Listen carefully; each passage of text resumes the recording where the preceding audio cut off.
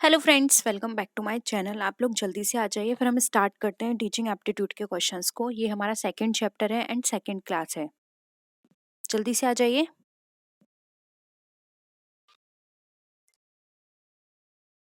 Start करें। देखिए question है हमारा, which of the following is not the primary function of school. अब इसमें से आपको बताना है कौन सा आपको प्राइमरी फंक्शन स्कूल का नहीं है। All round development of the child, to make the children self reliant, reorganisation and reconstruction of human experiences, advancement of culture. बताइए।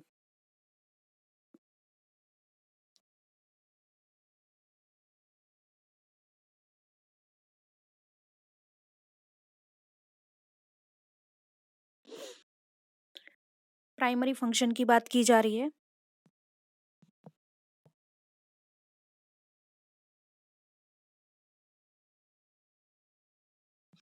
देखिए यहाँ पर है all round development of the child. ये तो प्राइमरी फंक्शन है। स्कूल का मेन पर्पस तो यही होता है ना कि बच्चों का ऑलराउंड डेवलपमेंट करना।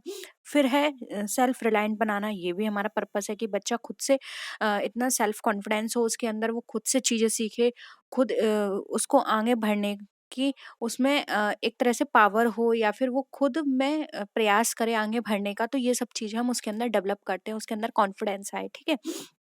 फिर है reorganisation and reconstruction of human experiences. ये भी है कि जो भी ह्यूमन एक्सपीरियंसेस हैं उसको वो रिकंस्ट्रक्ट करे, रीऑर्गेनाइज करे। ठीक है।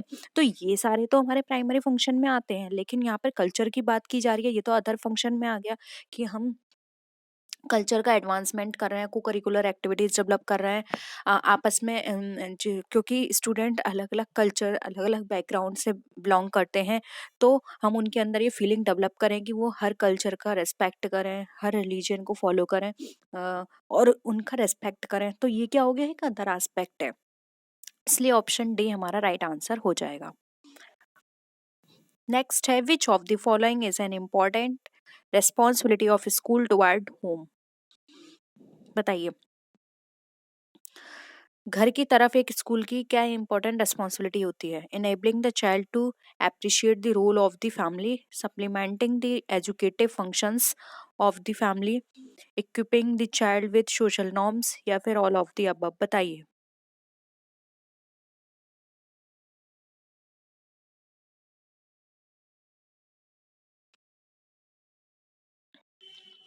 देखिए, एक स्कूल की रिस्पॉन्सिबिलिटी होती है उसके घर के प्रति कि वो अपने फैमिली का जो रोल है उसको अप्रिशिएट करे। ठीक है। और उनका रेस्पेक्ट करे, और साथ ही साथ जो भी एजुकेटिव फंक्शंस हैं फैमिली के साथ उसको सप्लीमेंट करें। सप्लीमेंट का मतलब यहाँ पर ये है कि वो मॉरल वैल्यूज़ भी सीखे, क्योंकि बहुत सारी चीज़ें हमें घर से सीखने को मिलती हैं। हमारी वैल्यूज़, हमारा बोलने का तरीका, हमारा बिहेवियर, ये सारी चीज़ें रिफ्लेक्ट करती हैं हमारे घर से कि हमारे घर का बैकग्राउंड कैसा है। ठीक है। फिर है equipping the child with social norms. साथ ही साथ जो भी हमारे आसपास के नॉर्म्स हैं, हमारी सोसाइटी, हमारे आसपास के जो कल्चर हैं, जो नॉर्म्स हैं, जो पहले से चीज़ें डिसाइड हैं, हम उनको भी फॉलो करें। ठीक है। तो यहाँ पर ये सारी चीज़ें एक स्कूल की रिस्पॉन्सिबिलिटी होती है कि वो हमें हमारे घर की तरफ, यानी कि हमारे घर से उसको कनेक्ट करे, हमें सिखाए कि हमारी सोसाइटी में ये होता है, हमें ये चीज़ फॉलो करनी चाहिए, हमें बड़े लोगों का रिस्पेक्ट करना चाहिए, या फिर जो सोशल गैदरिंग होती है हमें उसमें पार्टिसिपेट करना चाहिए। जो जो सोशल हम बोल सकते हैं कि फेस्टिवल्स होते हैं, उनमें हमें पार्टिसिपेट करना चाहिए। और हमें अपने आसपास के जो भी नेचर है, या फिर आसपास हमारे जो भी एनिमल्स हैं, उनकी भी हमें टेक केयर करनी चाहिए। तो ये सारी चीज़ें हमें कहाँ से सीखने को मिलती हैं? स्कूल से। और स्कूल की रिस्पॉन्सिबिलिटी होती है कि वो स्टूडेंट के अंदर ये सारी चीज़ें डेवलप करे। ठीक है। इसलिए ऑप्शन डी यहाँ पे हमारा राइट आंसर हो जाएगा। नेक्स्ट क्वेश्चन देखिए, character and nature of education in schools must be revised and reviewed very frequently because। Options देखिए, society is dynamic and changes very frequently. B option है, demographic composition of the society changes. C है both A and B, या फिर none of the above. बताइए।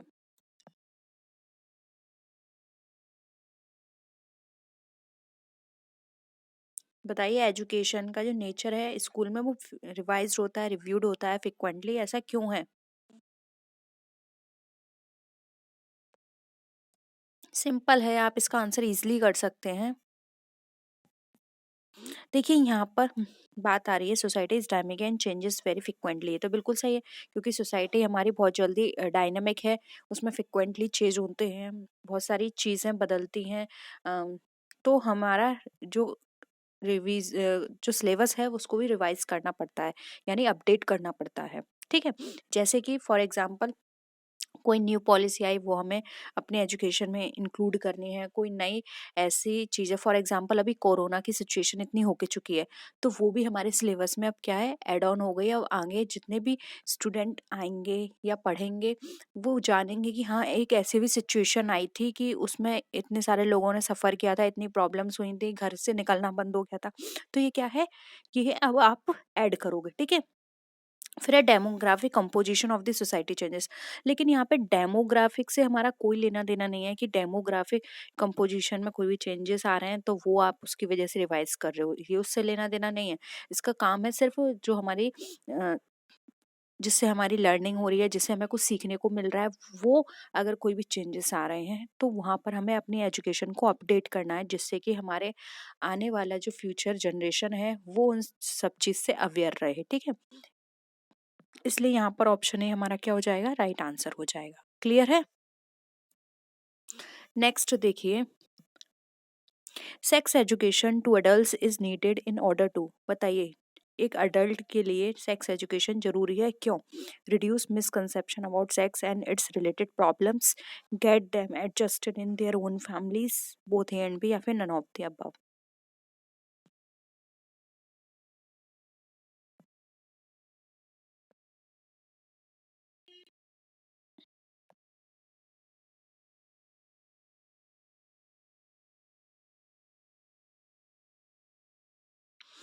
देखिए एक बहुत बड़ा यहाँ पर हम बात करें, एक ऐसा यहाँ पे बना रखा है एक हौवा टाइप का कि अगर हमने इसके ऊपर बात की तो ये बहुत गलत होगा, जबकि ये भी एक हमारे सिलेबस का पार्ट है, इसके ऊपर बात होनी चाहिए और हमें इसके बारे में पता होना चाहिए।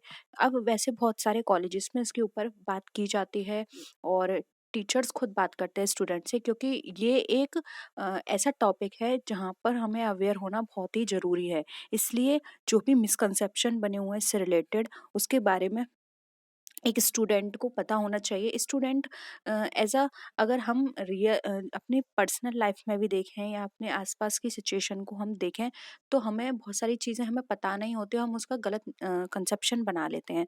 तो अगर हमें उसके बारे में सही चीज़ें पता होंगी तो हमारे अंदर से वो सारे कंसेप्शंस ख़त्म हो जाएंगे।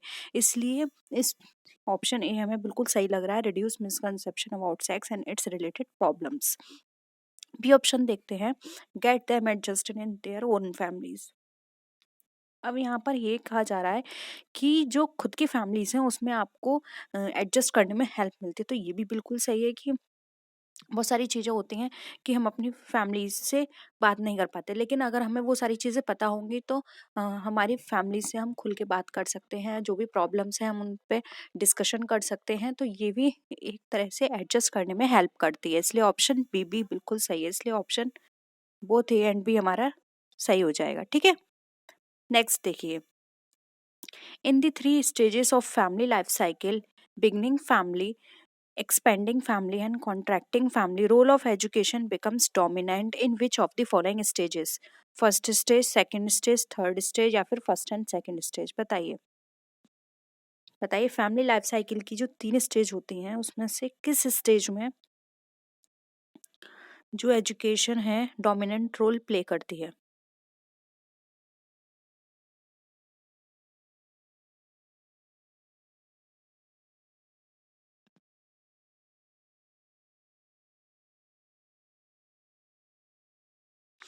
देखिए हमारी तीन स्टेजेस होती हैं, बिगिनिंग, एक्सपेंडिंग एंड हमारी कॉन्ट्रैक्टिंग।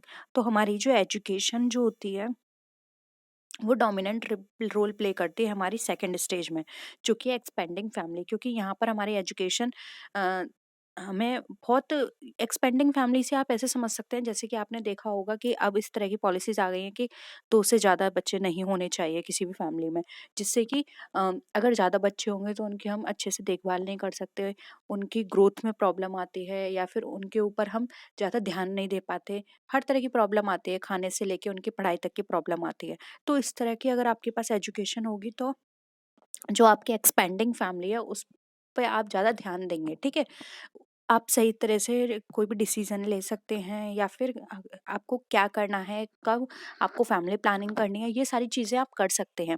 इसलिए यहाँ पर ऑप्शन ई जो है यानी कि एक्सपेंडिंग फैमिली जो कि सेकंड स्टेज है, बिल्कुल राइट आंसर हो जाएगा, ठीक है?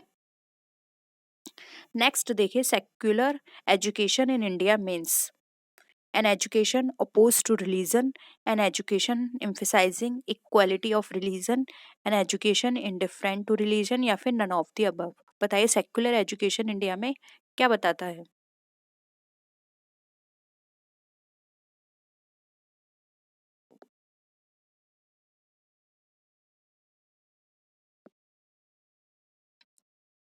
क्या हो जाएगा आंसर?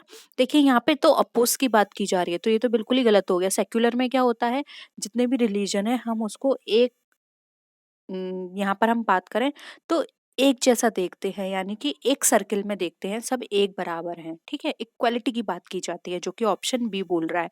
जबकि यहाँ पर क्या हो रहा है, an education indifferent to religion, ये भी बिल्कुल गलत है।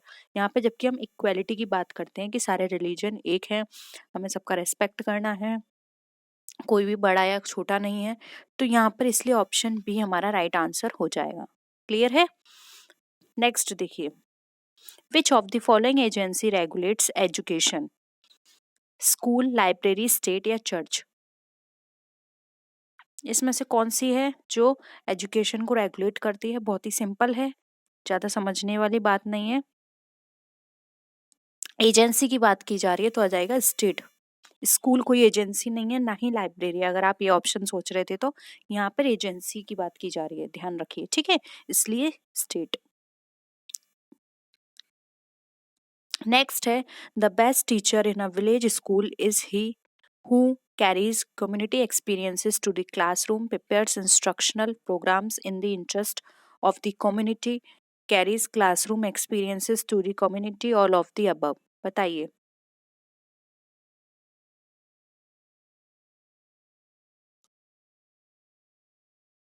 क्या होगा आंसर?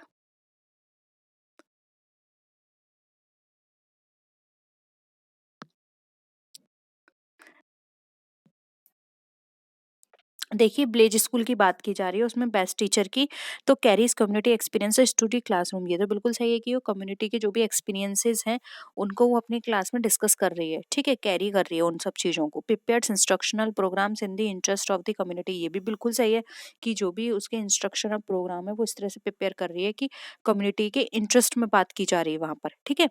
फिर है carries classroom experiences to the community.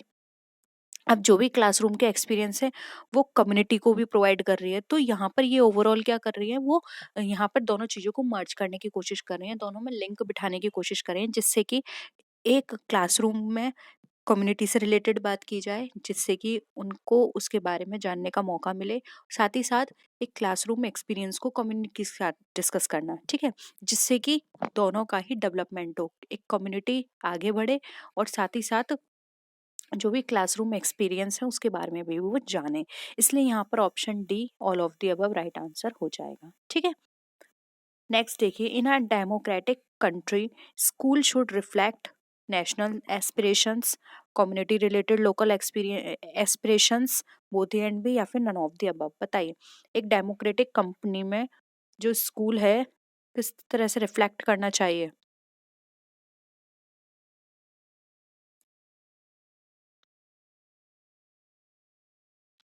Democratic यहाँ पे कंट्री की बात की जा रही है, तो कंट्री के बेसिस पर जो एक स्कूल को रिफ्लेक्ट करना है वो नेशनल के बेसिस पर भी, साथ ही कम्युनिटी के बेसिस पर भी, यानी कि जब भी हम स्कूल की बात करेंगे तो उसके अंदर वो सारे वैल्यूज हो जो एक कम्युनिटी को शो करे कि हाँ ये स्कूल इस कम्युनिटी से बिलोंग करता है या इस एरिया से बिलोंग करता है, इसलिए यहाँ उस एरिया की चीज़ें इसमें झलकती हैं, या फिर उस एरिया के जितने भी अच्छे वैल्यूज़ हैं, या जो भी वहाँ का हम कह सकते हैं एक टच होता है उस कम्युनिटी का, वो उस स्कूल में झलक रहा है, उस स्टूडेंट में झलक रहा है, या फिर वो अपने एरिया के, अपने लोकल कम्युनिटी की चीज़ों को सब जानते हैं और उनको आगे बढ़ाने का काम कर रहे हैं। साथ ही साथ एक नेशनल एस्पिरेशंस के तरफ से भी वो स्कूल रिफ्लेक्ट करना चाहिए, जिससे कि वो एक अगर हम बात करें कि अगर एक स्कूल नेशनल लेवल पर अपने आप को खड़ा करेगा, तो वहाँ पे स्कूल में पढ़ने वाले जो बच्चे हैं उनका भी ओवरऑल डेवलपमेंट होगा, वो और भी अच्छी तरीके से पढ़ेंगे, अच्छे तरीके से सीखेंगे। इसलिए यहाँ पर दोनों ही पॉइंट बिल्कुल करेक्ट है कि नेशनल एस्पिरेशंस और कम्युनिटी रिलेटेड लोकल एक्सपीरियंसेस, ये सारे दोनों ही चीज़ें एक स्कूल में रिफ्लेक्ट होनी चाहिए, ठीक है। इसलिए बोथ ए एंड बी यहाँ पे हमारा थर्ड ऑप्शन राइट आंसर हो जाएगा। क्लियर है। नेक्स्ट देखिए, the best model of schooling is, एक स्कूलिंग की बेस्ट मॉडल क्या होती है? Close interaction between education of society, reflection of openness by school, self reliant society by education, या फिर ऑल ऑफ दी अबव। बताइए, एक स्कूल का जो मॉडल आप बोलते हैं कि एक स्कूल का मॉडल ये होना चाहिए, तो बेस्ट आप किसको बोलेंगे?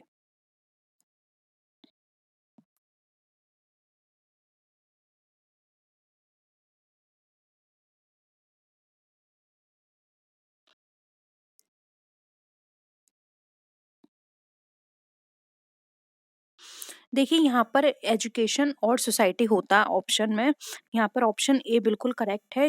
वहाँ पर सोसाइटी और एजुकेशन के बीच एक क्लोज इंटरेक्शन होना चाहिए, यानी कि एजुकेशन इस तरह की हो जो हमारी सोसाइटी को ध्यान में रख के दी जाए, हमारी सोसाइटी को डेवलप करने के लिए या फिर सोसाइटी को आगे बढ़ाने के लिए दी जाए, ठीक है। क्लोज इंटरेक्शन होना चाहिए, जिससे कि एक सोसाइटी का भी डेवलपमेंट हो और साथ में उस सोसाइटी में रहने वाले लोग भी एजुकेटेड बने।